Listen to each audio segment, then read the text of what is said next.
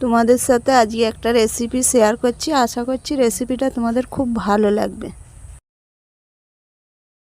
যেটা বানাবার জন্য কপিগুলোকে ভেজে নেব।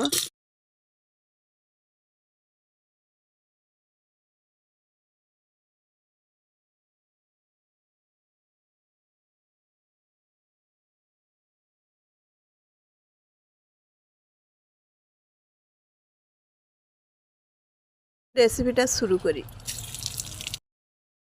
রসুনের পেস্ট দেবো, যে রাখা সবজিগুলো দিয়ে দেবো।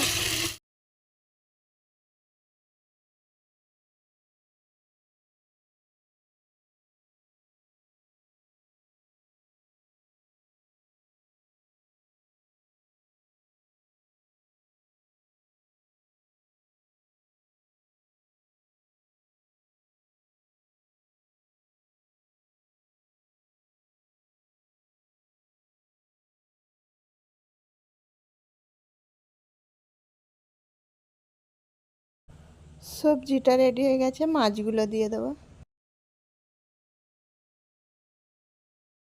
উপর থেকে ধনে পাতা কুচি ছড়িয়ে দেবো। মাছের রেসিপিটা রেডি হয়ে গেল। ফুলকপির সাথে যদি আরও কিছু সবজি অ্যাড করে মাছটাকে রান্না করা হয়, মানে একদম অসাধারণ স্বাদ হয়।